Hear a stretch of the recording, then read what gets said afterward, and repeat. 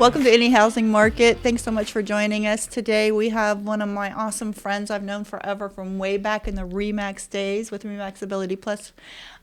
This is Jim Morgan, and he's with Caring Transitions, and can't wait to talk about it. This is about senior downsizing, and if you have clients that need to, everything that they can do for you. So welcome, and thanks so much for joining us. Thanks for having me, Shelly. It's been a while. So, yeah, It has. You're right across the street, but yeah. we don't get to see you as much anymore. Just want to talk about everything. So tell me what your opening elevator speech would be for somebody. That Caring Transitions, the elevator speech is that we are the largest, oldest senior downsizing and relocation company on the planet, and liquidation company. There's like 400 franchises across the United States now. It is... so we basically can do whatever. So I've done my elevator's done, but now we can go into other things. Right. Yeah. So. Well, so one of the things is, I know you have your letter here, and I know what you do. Mm-hmm. So one of the things is, so I'm a real estate agent, and I need to call you because I have a client who has either the family has a loved one that has just passed away, or even somebody who's downsizing, period. They're still alive, but still need, because we know that some people just have a lot of stuff and they don't know where to start. And usually it's many more of the seniors because they just collect more than, I do. I get in trouble for it too. So I moved and I had a lot of stuff. But well, I would say that our number one referral agency is realtors, because we are, as a realtor, you're one of the first ones into that family that's making those changes. They're downsizing, they're, whatever the situation is. So we go in and out for a realtor, because I come from that world, as you know. Yes. I don't even know what it would cost to have me manage 14 offices again. But, you were herding cats for a long time. A long time. So, and I'm second generation, so I've been in the business since the earth was cooling. And you still decided to do it yourself. So. Yes, I know. It's no, I know, crazy. but you were awesome at the job. So one of the people I love working with, and well, thank you. Yeah. So, but because I do kind of have an understanding of your world too, so what your timelines are, right. What your situations are. So we can come in and literally, for the realtor community, we can come in and help you get that house ready to list. Maybe they've got a cluttered garage or basement, or maybe the junk drawer has moved into a junk bedroom. So that does happen. Yes, it does. And I've seen it, or all the closets when you open the door. Yeah, we can come in and declutter those hot spots and get it ready to list. We can come in and, sort and organize. We can sit there and help people pack and move.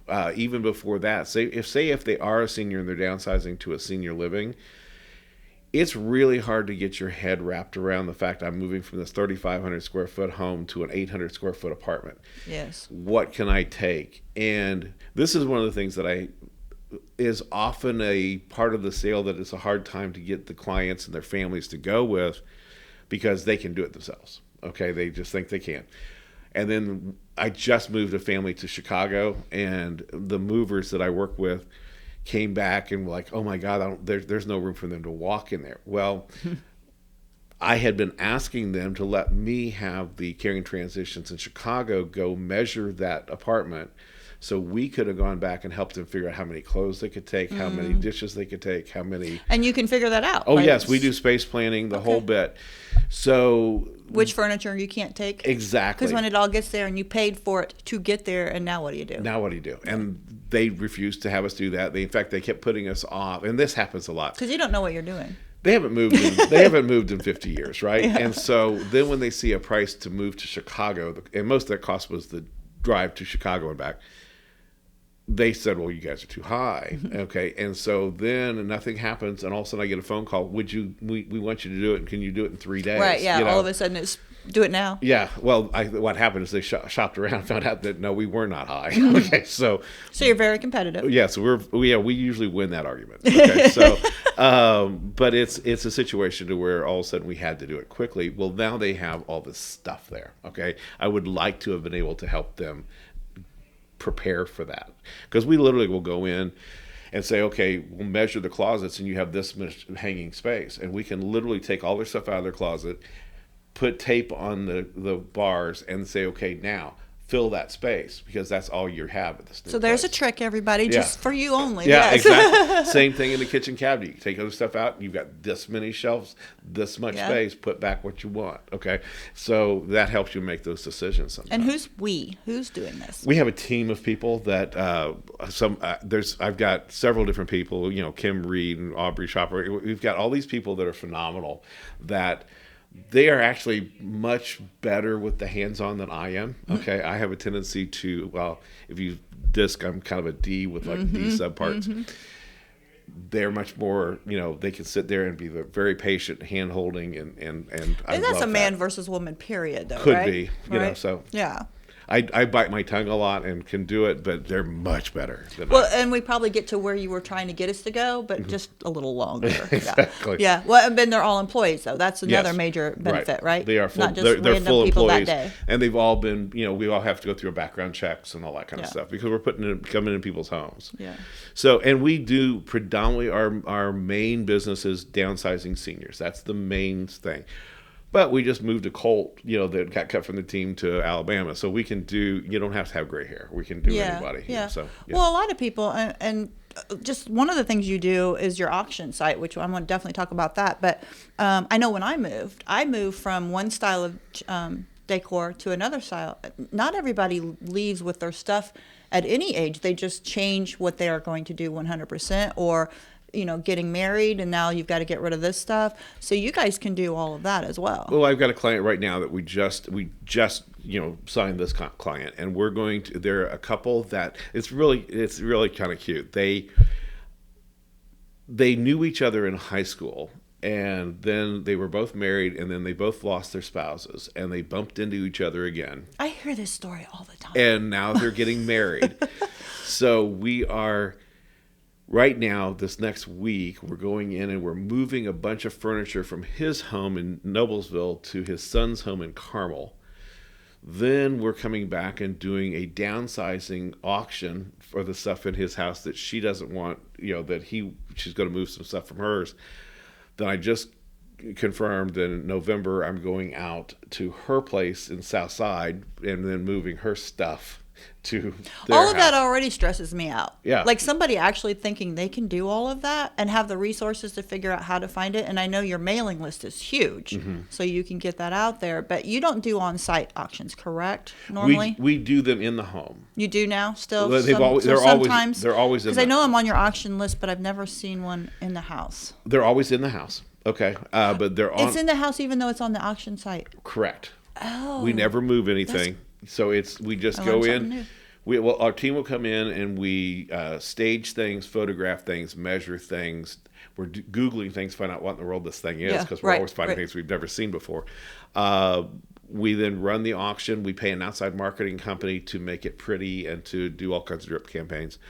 Then we're getting, on average, 10 to 20,000 views on our auctions. So I look at every single one, but I'm not an auction buyer, looker, or whatever. That's just too much for me. I love to walk through the house. Yeah. So now I know. Well, it's pretty fun, and it's. I know it's fun. I love garage sales, but this one is like a whole bunch of stuff. It's very addictive. Okay. I know. Yeah. How much do you buy?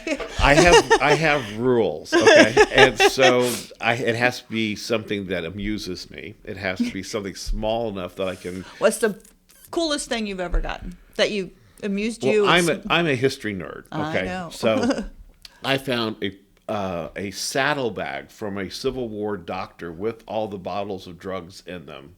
So I have it on my bookcase. I had to have it. Oh my gosh. I've got a Offenhauser piston that was in the 500. Okay, that's on that same bookcase. Just weird stuff like that. You talk about. Don't just start tossing, because you may toss away something very worth a lot of money that you have no idea. Well, one of the things that I see people do all the times is. And by the way, there's one client we worked with. They had mom had about a 5,000 square foot home in Carmel, and she was moving to assisted living. By the time we got there, mom had already moved. Okay, and the kids had been in there cleaning out this house for weeks, months, whatever, and they were toast. They were done. It was like, I don't even want to look at this stuff anymore. I'm fed up. And they'd already cleaned out the closets. They cleaned out most of the cabinets and that kind of stuff. But they had the furniture and stuff that Mom believed was valuable. Okay. I would have loved to have been there before they did all the Goodwill runs, because they took like Fiesta ware to Goodwill, which is like several $100s worth of stuff. And they kept the beautiful dining room table and the china cabinet that no one wants Right. today. Nobody wants those. So, I know Raquel would not want those. Yeah. So, and Yeah, it's just the kids don't want that stuff anymore. no, and what I that's kind of a pet thing of mine right now is these people have these I'm constantly seeing these beautiful, beautiful dining room tables that they've spent thousands of dollars on. Ethan Allen. And they've probably never seen the surface of that table but a half a dozen times a year, because they keep the pads on it. Right. Throw the pads away. Enjoy the looks of your table, because they're going to go from anywhere from $100 to $400 for the table and chairs. And they were probably $12,000 new Exactly. at least. Yeah, back in the day. So enjoy them is my point. Yeah. If it hits a ring on it, it's not going to make that big a deal.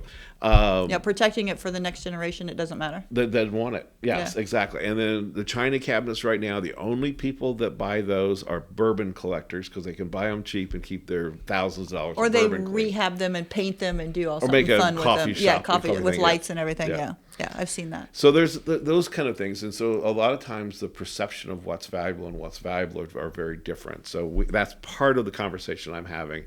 I'm trying to tell people that their upright piano, their pool table, their big 90s or 80s entertainment center with, on the wall. Yeah. If you get someone that will pay you something and carry it out, you win, because you're not having to pay to have it carried out. So. Right. Movers take a lot of money for doing those kind of Oh things. yeah, I mean several $100s Yeah. a piece on some of those things. Yeah. And then, like you said, you're going to 800 square feet. Where's the piano and all that going to Exactly. go? It's not Yeah. going to make it. So, in regards to all of that, I know when I first started, one of my very first one was an estate, and it was probably a 4,000 square foot ranch. Tons of beautiful antiques. I was, talking about earlier, 2,000 books on the bookshelf, old books like this, really nice hardbound books and everything. I wish I had my mentality and my gumption back then, because they put like 4 dumpsters in front of this house, and just the whole house went in there. First of all, that all went to the landfill, which bothers me. Or I don't know if the dumpster people actually start digging through there, but all those books. You talk about looking everything, because all those old books, I'm sure there was something in there potentially. Well, yeah, a lot of times people, especially from that generation, the World War II generation, the Depression generation, they'll hide cash, they'll hide things in the house. They'll put them in books. They'll tape it, or they'll pin it to the back of drapes. Okay, there's been cash there. I know when we were cleaning out my in-laws' house, we found the deed to the house in the newspaper and magazine basket there beside the couch. That had been there for years. And years. Yes. So you never know what you're going to find in some of those circumstances. If you're going into a house where someone's had dementia, or we did one in Zionsville, and the lady, I didn't get to meet the client. I met the kids of the client. In fact, that's a lot of times what happens. But they had no idea this was there, but when we went through, Mom probably should have been getting dementia care long before she was. But we found like $75,000 in custom jewelry squirreled away in all kinds of weird little places. Nothing, not in the jewelry box, but all around the house. We did another one in Westfield that it was... oh my God, this place was like, it was so cool. It was like going back into a time machine. Okay. It was, That's the part I like, walking through the houses. Yeah. this was like 1920s that hadn't been changed. It was the cabinets, it was just so cool. But the lady had passed, and all of her relatives were from like Wyoming. And so they'd been out, and they said they had everything they wanted out of the house. So they wanted us to get rid of everything. And we did an estate sale on this particular one, and then a clean out. And we kept finding things that we kept going, are you sure you don't want these things? And we ended up making a great big pile about the size of this table of stuff that we kept finding of theirs. We found a handmade needle point that was framed, that was from a subsequent great-grandmother of the family who made it on the boat coming to America. Okay. Oh my goodness. So, obviously that was pretty cool. Then we found. And they didn't ever, nobody took it? Well, they did eventually because they, You will the take house this, was, right? There was so much stuff in the house, right? It does get overwhelming. And so they thought they'd found everything. We found like $80,000 in stocks. They wanted those as well. So this, I'm just going to say this for the people, because I know I have 2 going right now, and they didn't want any help. They weren't going to. The stress level that I hear from them, and by the time they're knee deep into it, they're beyond like going and getting the help, because you said price or something else. But this is exactly why you need somebody professional to do this, to show you what you do have and how to find it. Yeah, and it's a situation where we try to find things. One of my jokes is we find anything like family photographs and stuff, we're going to make sure you get them.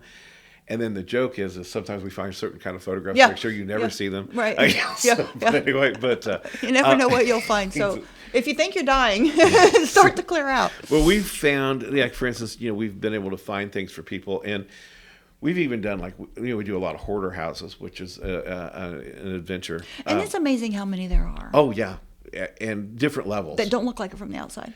Oh no, this first one we did, this was years ago. It was in Lafayette, and I was actually a professor from Purdue, and we never met him. We met it was the guardianship attorney that was involved in this. But when we got to the place, it literally, we had to put the 2 skinniest employees on the doors, the front and back door, because we couldn't get in the doors, so they could only move them out enough to start pulling stuff out behind the door so we could swing it all the way open. It was literally floor to ceiling. And it's just, it was amazing, the stuff that was there that we had to bring out. Well, and you said earlier before we started talking about your mentality of going through it like methodically more than, and you have the women. But the thing is you're not emotionally involved in sitting there. Like I know Kyle is sick today, but he popped in. He had to grab something at the office and leave. Unfortunately, he had some great things to talk to you about, which I want to touch on what he even said. But he talked about the timeline it took him, that he thought with his own clients would sit for 10 seconds to go, do you want it to go here, trash, Goodwill, keep, or send to the family out? And he's just like, he could sit there and do this. But when it came to him doing it for his mom, it was like, oh my goodness. And so he said what he thought would take 10 to 15 seconds for him now took 1 to 2 minutes per item. So you don't have that emotional tie, but you still do ask. We still go through and try to figure it out. Yeah, and it's a situation where now we're doing it. We have different kinds of things we can do for people. Like if you want us to literally come through and sort and organize, let's say for instance, families in California, we're dealing with a house for mom in Carmel, and they want us to go through all the papers and try to find the papers. We can do that. Now, there's a cost effect with that for an hourly rate going through it. Or we can do a straight line clean out, and if we see things, we catch them. Okay, but we're not going to go through paper by paper. We did that for a gentleman. It was a hoarder apartment on the east side. And when we were going through it, and just to give you a visual, you walked in and I knew there was furniture in the building, but I couldn't see it because it was like waves of paper and stuff. The only thing I could see furniture was the top shelf of a bookcase in the corner. Okay, everything else was covered. We went through that and this was dumb luck, honestly, because it's so you're digging through, but in a box, in a bag, in the corner under a bunch of stuff, we found a wad of hundreds about the size of a softball, which more than paid for our visit there. So right. Well, and unfortunately, because like I said, if I talk about just that house that I dealt with when I first started, and I've done many since, and I now am pretty adamant, like I can help you a little bit more than just they're overwhelmed usually, but just finding that kind of stuff it's all worth it. I mean, just to help with funeral expenses or anything like that, it's not like just trying to, find good stuff, but they may need the money to go further with what they're trying to do. It's, it's so overwhelming. And I think that this is, we were talking earlier with doing this, I end up creating this thing called Life's Copilot. We've rolled it into Caring Transitions. It's a free service. It's just a website. It's just a portal. But it's a free website for seniors, their family members, and caregivers. And we try to bring in information of all the different service industries that are out there for seniors. because this is so overwhelming, and it's not just one thing. It's so many things that are happening in that process. When they're downsizing from their long-time home and they're moving maybe to assisted living, maybe what have you, maybe it's an estate. There's not just one moving part. It's not just the house. It's how are we going to finance this new lifestyle? How are we? Because if you've not ever looked at the prices of senior living, oh my goodness, it's terrifying. Okay, it is. But there's so many resources out there.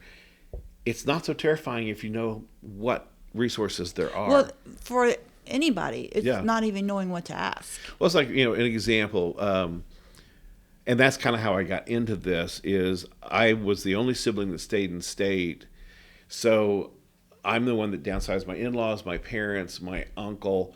I am still POA guardian and trustee for both my mom and my uncle. So my mom's going to be 87 in a couple of weeks, and my uncle will be 95 in a couple months. So, we've been doing this for 20 years, okay, living in this world as a consumer.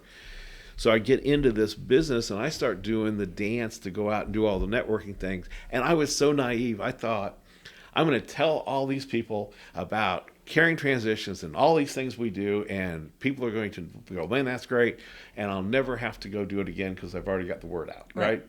Well, first of all, one of the problems in the senior world is the turnover rate is worse than mortgage reps and realtors. It's every 6 months they're in a different seat, so you have to keep the game going. But that was part of it, and then additionally, I started meeting all these people and hearing what they do and what they provide and the services and what they really mean and what they really are rather than what the myth of what they are. Okay, and I actually got angry in the fact that no one, why didn't someone tell me these things? Why didn't somebody show me that these services were out there? But I went through it when Skip passed away. Who's going to tell us? No one does. Yeah. Like, there's nobody that's just going to walk up to you. And I said, I love Life's Copilot, so we're going to talk about that too. Lifescopilot.com. Correct. Realtors use that. If you have clients, use it as a resource. But I said when I was going through it, I mean, my first 6 months was just like, and it wasn't like me doing anything like what we're talking about.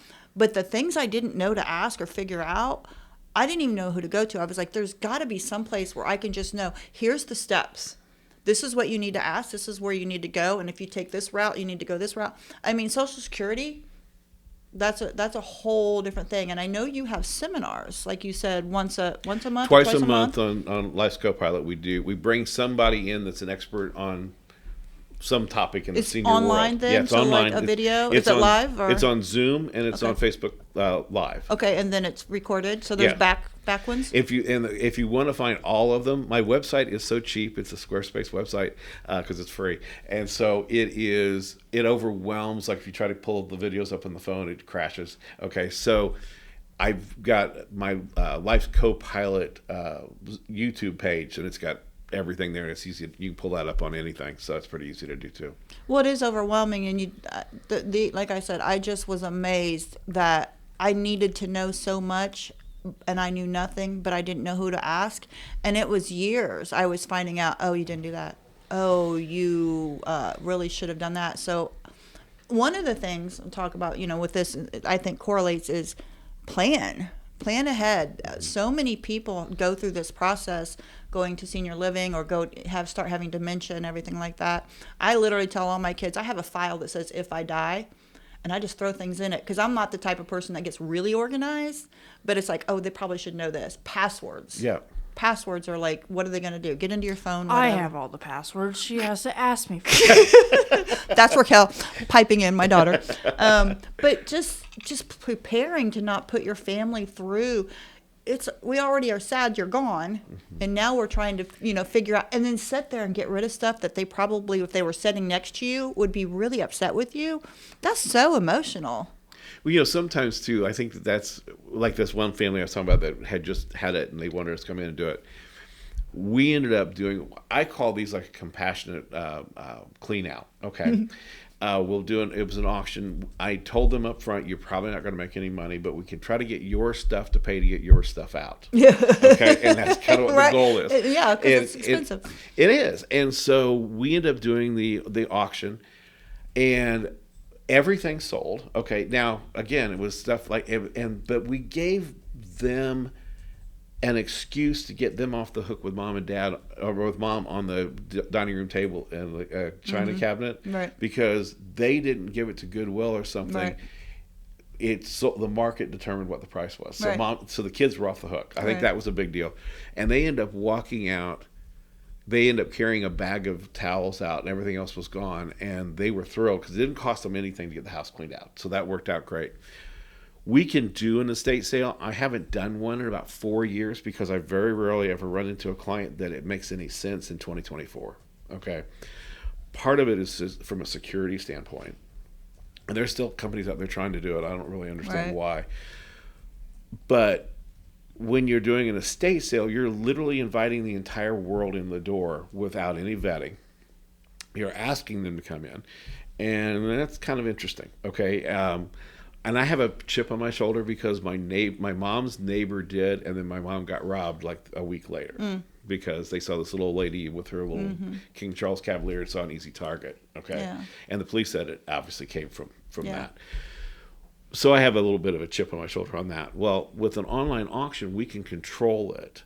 So it's all happened. We tell them it's in Carmel. We tell them it's in Noblesville. We tell them it's whatever, but we don't tell them where, and no one knows what the house address is until after they've purchased, at which time I have their name, their phone number, their email address, their home address, and their credit card. Right. Now, I can't see their credit card, but Right.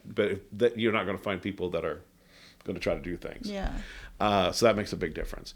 So they're very vetted, and that's who comes to pick up the stuff. And rather than an estate sale, at the end of an estate sale, about 40% of the stuff is still always left. And then you got to get that cleaned out. With our online auctions, we're averaging 98.1% of the stuff leaving. Because you said you're reaching 20,000 people, Yeah, right? approximately 20,000 what people. your list is. Between 10 and 20 on an average sale. And so we pretty much get stuff out of the house. So that's kind of fun. Our average auctions this year has been about $9,000 in gross sales. Our biggest one's been 29,000. We've had some that not so great, but but that's kind of where it falls in. Average has been 9.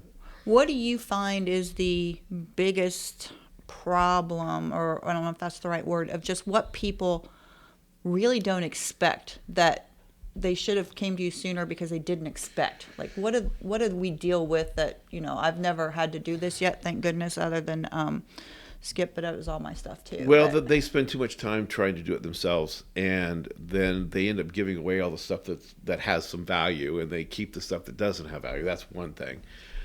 Another thing is I think that the average family, this was statistically, the average family that's cleaning out mom or dad's house spends nine months doing so. Okay. And how fast could you do that if they're doing 9 months? What would you be? If we're doing the auction, it's going to be about 2 weeks. If we're doing just the clean out, a day to 2. Okay. So it's just kind of what and you they're can doing. move on with your life and not have this stress for 9 months. Exactly. And sometimes there's some value in that monetarily of just not having to every day go, okay. It weighs on you. It's and I relate to it from my own experience before I ever heard of carrying transitions or what have you. Is like, for instance, we were downsizing my mom.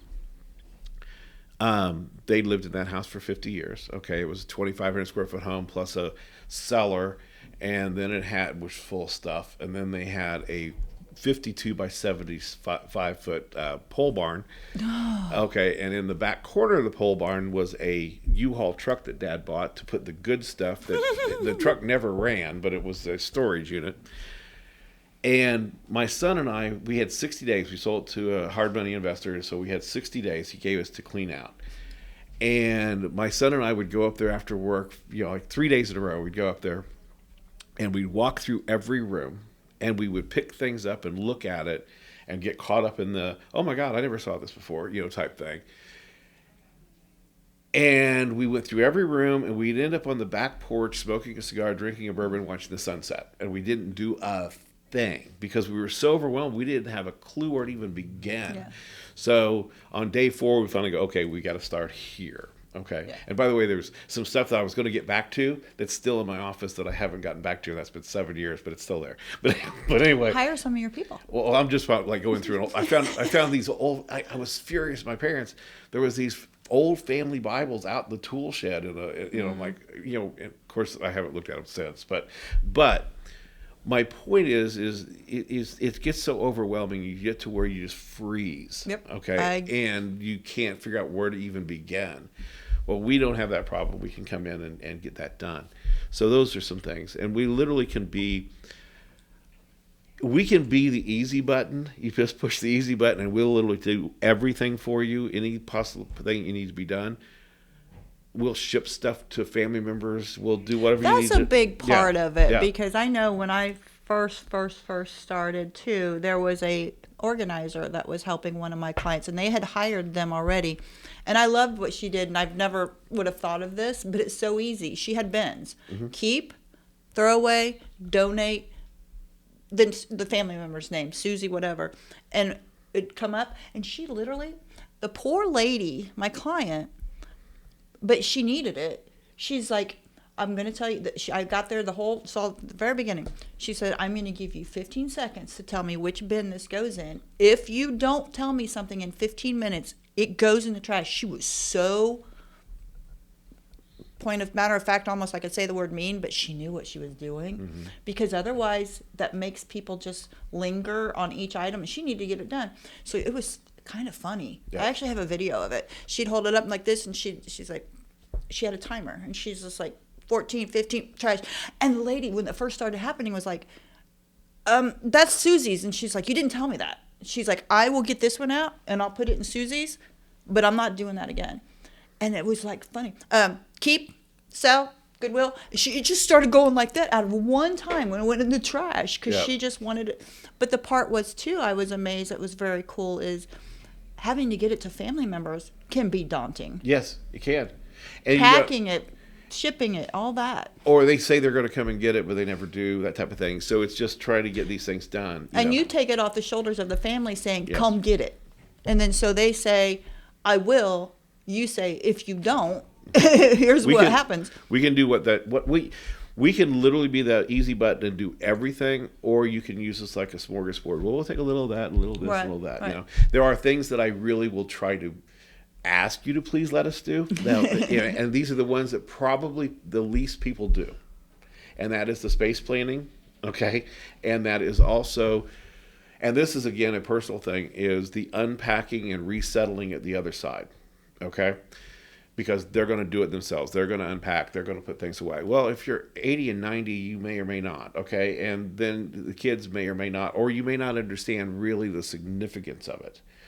That move specifically for the senior that's moving from their longtime family home, they say, I don't know who they are, but emotionally, the voices in your head, is worse than or more stressful than a death in the immediate family. Okay. Well, moving's one of the top 3, period. And then you get into they go into depression, whatever. So one of the challenges is, especially when they're moving into a senior living, if you can get them to where they are completely unpacked and stuff day one, so they'll go to dinner and start developing relationships and start seeing things and get out of their little hiding hole back in the back, then they integrate very more quickly. They're emotionally more stable in there. I learned it the hard way. This was before I got into the business, but I was still doing all my family stuff. My uncle, we were moving him from an upstairs apartment to a downstairs apartment, okay? He had a mild stroke, so he was 87 at the time, and he had a walker, and I'm like, you're not going up and down the stairs. And I come from a building background, and the stairs weren't a code. I kept waiting for him to fall down them anyway. It drove me crazy. And I couldn't get him to move out of the building, but a unit opened up on the same side of the building, just downstairs. And so we literally just would take him down the stairs and put it in the new place. In my mind, he didn't move. Mm-hmm. He still had the same mailbox. He still had the same parking spot. He still, nothing really, all the same neighbors. He just was downstairs. So And every fall, and as like right now, I am a bachelor every fall because my wife is the head makeup artist at the Indie Screen Park. So I never see her Oh, how through the month fun, of how fun. October. She's gone. I do all the cooking now and that kind of stuff. But anyway, so she was gone. So I'm like, okay. She's been doing that 15 years, and I said, well, when she gets back, we'll make the house pretty. We'll put everything away, hang the pictures, and all that kind of stuff. I had it functional. I could have lived like that for, I don't know, 50 years. But there was still some stuff in boxes, but not stuff he was using. So I didn't think anything about it, okay? He did. No, he didn't tell us, okay? But he fell into a massive depression, tried to commit suicide. Oh, my goodness. We did 2 stints at this St. Vincent's senior psych ward. It was terrifying, the stuff that we had to go through with that. So we set him up for failure and didn't realize it. Okay. His psychiatrist goes, I think if we get into assisted living where there's more structure, more social, he'll be fine. So over a Thanksgiving weekend, we went in, we moved him into this place. We hung all the pictures. We put everything away. We had it like one of those reveal shows when he walked in. He's been like this rock star there. He's the president of the board. He's the president of the garden club. He's one of the, he makes all the flowers for Sunday morning service. He's been a super success story there because we did it right that time. Okay, I still wasn't in the industry. Well, but people don't know that that's going to even be an issue. Like, yeah, who knew? He's in a new place. It's whatever. But I have heard if you just have your surroundings the same as where they were, your same whatever pictures you can see on the wall, you feel at home. So they need to see the same house, smaller, whatever. But it's got to feel the same. Yeah. And dementia patients, he's not, but a dementia patient, this is critical because they wake up to a new house every day. So what we do in a situation like that, even if we're moving someone across the country, we will photograph their apartment where they are, the pictures, the way they're laid out. If the nightstand's on the left, it's going to be on the left. If the alarms to this side or that side, whatever, we make it exactly the same as much as we can geographically. You're a continuity editor for a movie. Yeah, that's what I wanted to do. I mean, that's exactly what I'm thinking. You're continuity editor. And we're photographing all this stuff, and we go back and replace it. Or if we're moving them cross country, we send all those pictures to a Caring Transitions there, who then receives them and puts it back together. We do the same thing. People moving us. So you actually have the word caring in your life. It is part of what it is. Caring. Yes, You're yes. doing, and I think that's one of the things if all we could say about this is what you're doing and how to do it to help the process along, either the people remaining or the people still moving to something new. You've been through it a few times and you've figured it out, and you've already started to figure it out for your own family and seen the difference. It's a situation where it's just trying to help people find their way through this maze. Okay, Yeah. and it is maze. very much that. And then the Life's Co-Pilot just kind of like a little sideline thing that we I bring love in. that. I think that's awesome because, like I said, where do I even start? And I don't think there's anything I don't know of anything like that. What I have found that I am is that I did the same thing in real estate, but it's become more so. Is I basically meet these people and find out what their stories are, and then I'm kind of a curator, so I know a little bit about a lot of things, okay, in the senior world, but I know who knows a lot about the little things, and so I try to put the people together. You have to the right do that. contacts, Yeah. yes, Mm-hmm. yeah, and that's one thing I think if we continue I want to reiterate, real estate agents is. You are a go-to for the starting process. If you get a client that needs to do downsizing or you have a family member, I mean, the call from one I'm dealing with right now, they're in the Carolinas and they're selling up here. The daughter passed away, a young daughter. And, I'm dealing directly with the lawyer and everything because they don't, so you may, as a real estate agent, have to have a lot of hands-on and understand that you're helping somebody through a really bad situation as a real estate agent, and it will come. If you haven't had it happen, it will come where you are the person going into that house for people never going to come and see what's going on, and you're the eyes and the ears. So to have somebody like you, if it's a lot of stuff in the house, you really just want to help your clients the best way you can. And there's no way I have the education or the knowledge that you have, and I don't want to just wing it. It's just trying to find people. Basically, we're trying to help people out of a mess. Okay, because it is so overwhelming and it is so. you got so many changes coming at people at once. Okay, and it's financial, it's stuff, it's just this weight. Well, let's talk about what would probably have the elephant in the room is not everybody gets along during this time period. No, you can have relationships that never heal. Right. Money, objects, houses, when that comes into play, all of a sudden everybody's the worst adversary of each other. Family members. I mean, it's not. So if you can walk away and have you take it over, maybe, like I said, that's like, it takes it off their shoulder of we don't need to keep this or we should sell this or not sell this. Like it can almost be, well, he said so. Yeah, I didn't say it. You get into situations where you have siblings that possibly bruise relationships beyond repair. Mm-hmm.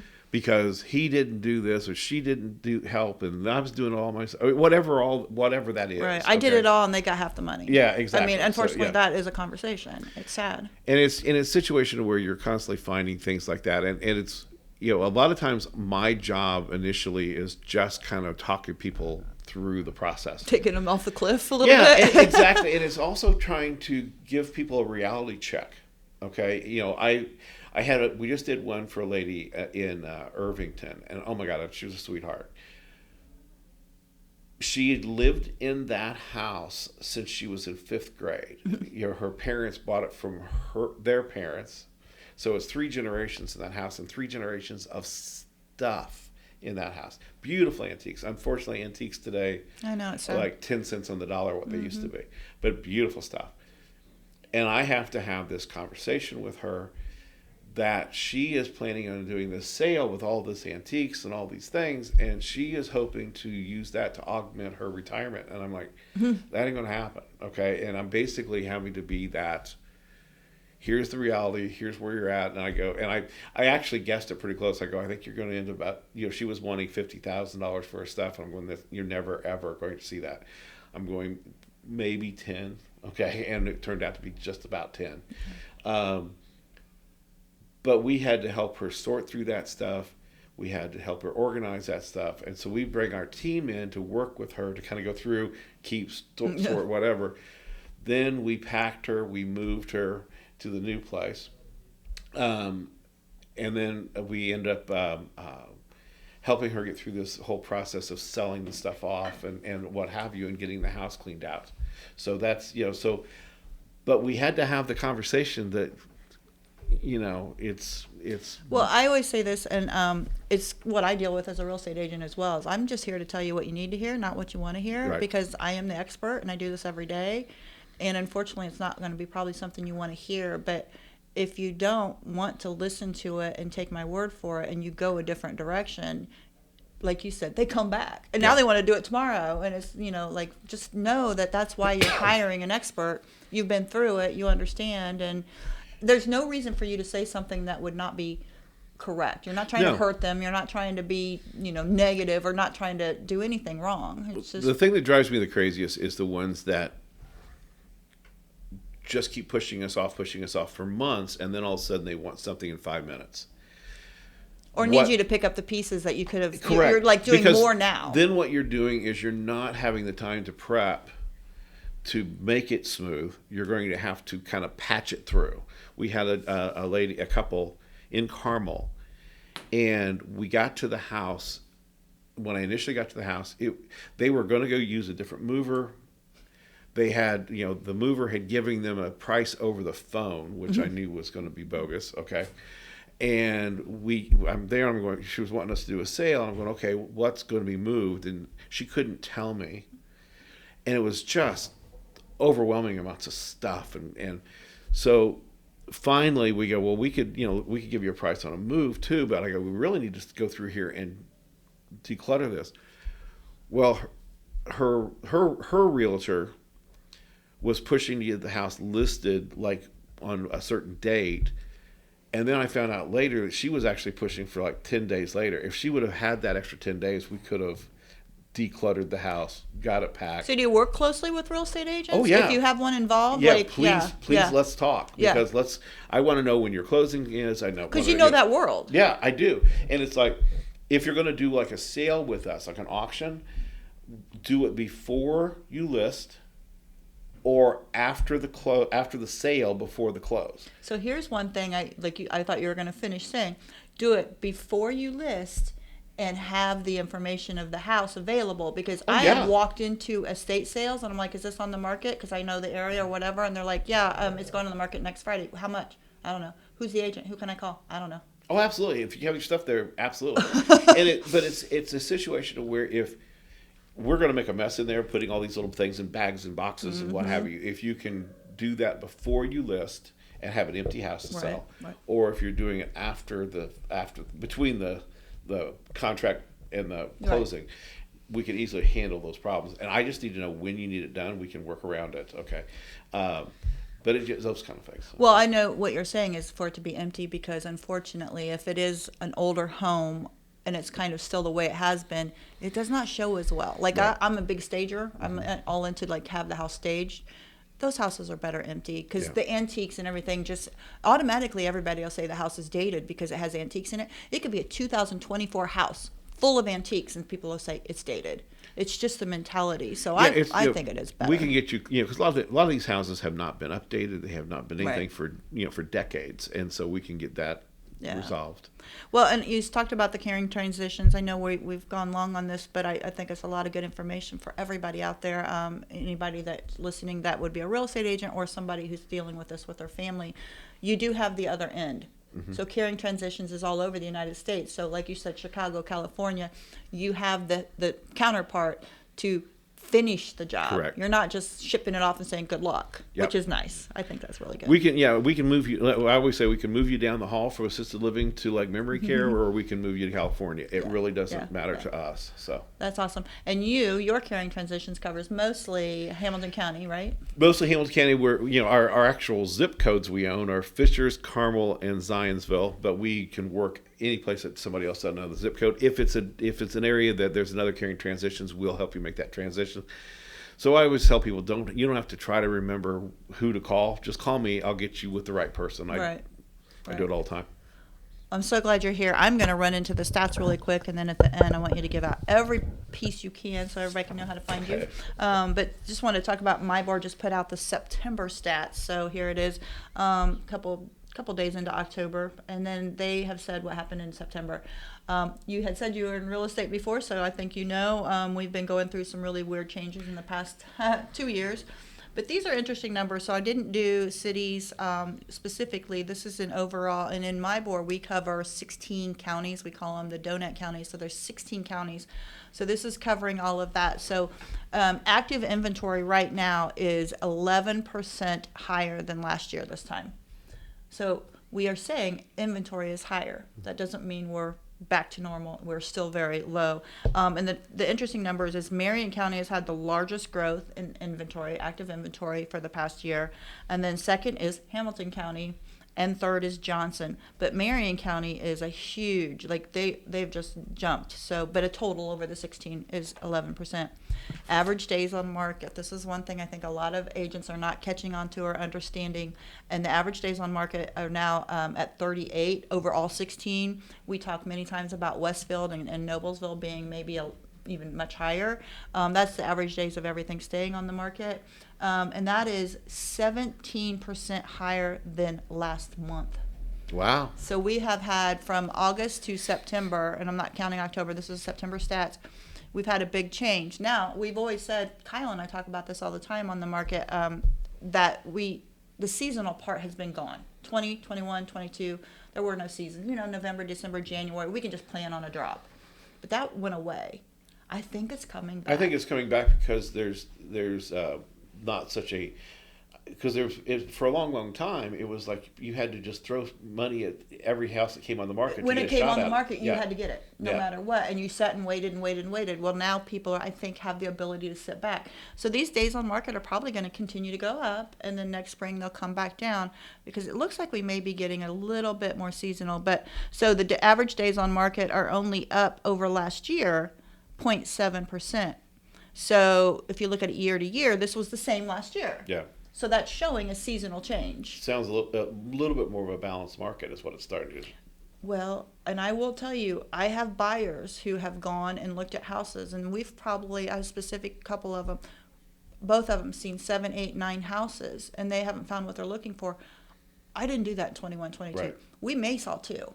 And we definitely didn't go back. Right. And like both of these sets have gone back and looked at the same houses and decided they didn't want to make an offer. So that whole thing Well, has I think changed as well. there was a period of time there that a lot of people were, and this is why I still, every once in a while I still do some coaching and some real estate training. Okay, but Well, you're very good at it. So if you need that. but so I try not to do it, but I still been doing it since the earth was cooling. Yeah. But I remember sitting and talking to you all the time. Yes. But it was like, if you could prep your buyers beforehand, it was really critical back during that time, exactly what they want, and don't even go look at something unless it fits their criteria. Otherwise, people would buy something they really didn't want because they were desperate, Right. and so, Well, and I've done that specifically. Both of these buyers, I am back to that. I'll look at it, Google Earth. You always want to see what's backing up to it or whatever, or look in the pictures. I highly recommend to any real estate agent, if they send you a house that they want to see, to look at it and see if it matches what they're looking for, not only to help them, but sooner or later, I've had buyers come to me because their agent wasn't listening to what they want. right. And all of a sudden, they said they wanted to see it, but it's all of a sudden the real estate agent's fault because they went and saw a house they didn't want. Right. And that's a whole nother thing. Listen to your buyers and do what they say. So that's a very good. So in the average days on market, Brown County, well, first it's Park County. The most average days on market has gone up. They're at 82. Brown County is next at like 79, and then Jennings is at like 60. So those are the top 3 on average days on market. Cumulative days on market, that means they've just the same house is set forever. May have come on the back and forth on the market is right now. September was 18. Over the past month, back from August, was up 28%. Again, that's showing me a cyclical issue coming. But it's also exactly the same, 28% over the past year. So cumulative days on market have gone up 28% over in the past year. So that's good. Again, the same counties, Brown, Jennings, and Park lead the cumulative days on market. So pending sales, and the reason I'm saying this is just showing a huge shift in the market. The pending sales in September were down 4.9%, almost 5% from the month before, but the pending sales are down almost 16% from a year ago. Really? So we may have, this is where the cumulative days, if you start putting the graph together, the cumulative days are going up because we also have inventory going up, but they're not selling as fast, so the pending sales are sitting at 16% less. So maybe the inventory will start to sit stagnant, which is what we're kind of seeing, which gets to real estate agents price that house correctly. Because there's one thing, I watch a lot of markets, the price drops that are happening are unbelievable. I see more price drops now almost than I do see houses coming on the market, which is really interesting. And that starts to spiral. Because if I, as a buyer, I look at that and go, okay, well, how far will they go? Type right. of thing. Or I know that they're dropping, and I'll just make it even lower. That's price. what I'm saying. Yeah. I mean, the conversation is with your seller. We hit the market on the dime in the very beginning. You won't lose money. If you ask me to put it a little higher so you make good money on the house, you're going to lose money. Right.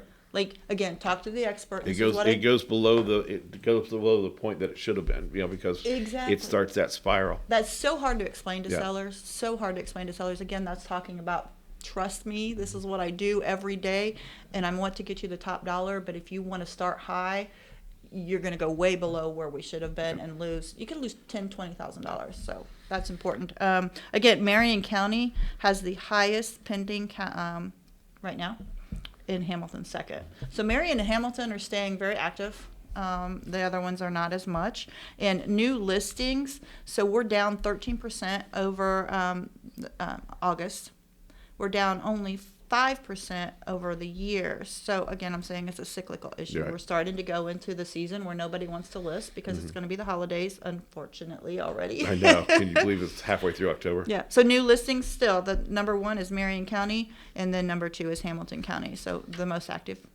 Closed sales, real quickly, I'm going to just say, again, Marion County and Hamilton County leading the way, down 4% from August, and actually are up 3% in closed sales for the past year.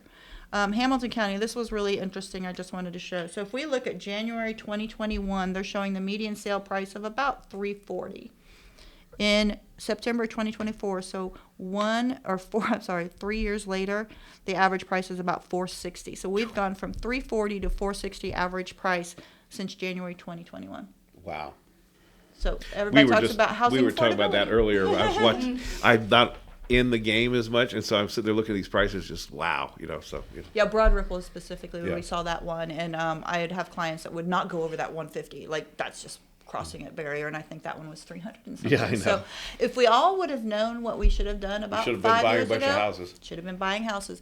But I keep seeing the prices keep going up, so can we still say that today? We should still be buying. We should still be well, buying. I think but that I don't always know. over the long haul always works that way. So, yeah. Thanks so much for being Well, thanks with for us. having me. This was a lot of fun. Well, I know it's a lot of information that people can get. I just want to definitely make sure people go to Life's Copilot. I think it's a great resource for their clients. But tell everybody how to get a hold of you. Well, you can find me. My name is Jim Morgan. It's 317-610-7458 or jmorgan at caringtransitions with an S.com. You also you can find us on Caring Transitions website. Is it caringtransitions.com? Exactly. .com. Ours is Indy North, but that's you'll still find us. Okay. And then additionally, lifescopilot.com is another one. So those are some things. And then I'm going to warn you. Okay, this is a cautionary tale. And you heard it here first. Our website for our auctions is ctbids.com. Okay, and my warning is it's very addictive. It's so much cool stuff. Yeah, okay. get on. No, because how do they get on the list? ctbids.com. Okay, you can there go in there and do it that way. You can also email me or contact me, and I'll put you on the list. If you ever, I'm going to give you a little secret. If you actually ever bid on one, you're going to get on the list. Okay, as far as that goes. Right. But and I will tell you a little secret how the system works. Okay. It's very much like eBay. Everything starts at $1. There could be some things that have reserves, but that's rare. And it's just you start your thing. You go in. I personally, when I'm bidding, I'll go in and put a max bid of how much I'm willing to do. So let's say I'm willing to pay $100. So I'll put $100 in there. If no one else bids, I get it for $1. But then if people bid, it just takes care of it and keeps beating them until they cross 100. So I'm going to put it in real estate terms. That's an escalation clause. Exactly. That's exactly what it is. Yeah. And then if you do exceed the 100, then I get a text going, you've been outbid. Now I have to decide, is it really my top bid? Right. But that's you get to counter maybe. But you get to counter. Exactly. Exactly. That's exactly it. But that's kind of what that is. And it's fun. And you find some really crazy things that you've never seen before. I'm on there. I want every email I go through and look at the pictures. There's some really interesting stuff. And I will tell you this, I will never, ever, ever buy in retail on anything ever again because, like, for instance, I was looking, so now whenever I'm looking for something, it's like, okay, I really would like to have, I start just going, well, I'm going to see one in one of my sales soon. I wanted a leather sectional couch. I wanted it to face a certain direction, that type of thing. Because I have Dobermans, so I like the idea of the leather. It's easy to wipe off. Oh, that's a whole nother story we could have talked about, your Dobermans. But so I found one that I got on the auction. It was about a year or so old. It was an estate. It was a single woman, lived in a 10,000 square foot home, so I don't know if she ever sat on it. She had no pets. So I got this $10,000 custom leather couch for $700. Okay, so and you moved it for them. I'm more than happy to go get it. Yes. Yep. So my point is that there's deals out there. So I'm into this native gardening and stuff. So I've got like all these native pollinator gardens and stuff. So I wanted a bench to sit out there, so I just watched in sales and I found a great bench. So it's anyway. So that's so fun. Yeah. Those are fun because I like history stuff. Like it's not like history like Civil War stuff, but I love mid-century, so I like looking at that stuff. There you go. And we run into some really nice mid-century stuff. So now it will go for more money than some of the other stuff. I know it does. It's really hot. I was into mid-century modern before people knew what it even was here, and then all of a sudden everybody's doing it. So I lost my chance. But anyway, so thank you so much. Thank you. I'm Shelly Walters with the Shelly Walters Realty Group in FC Tucker, and you can reach me at 317-201-2601. Have a good week. Thank you.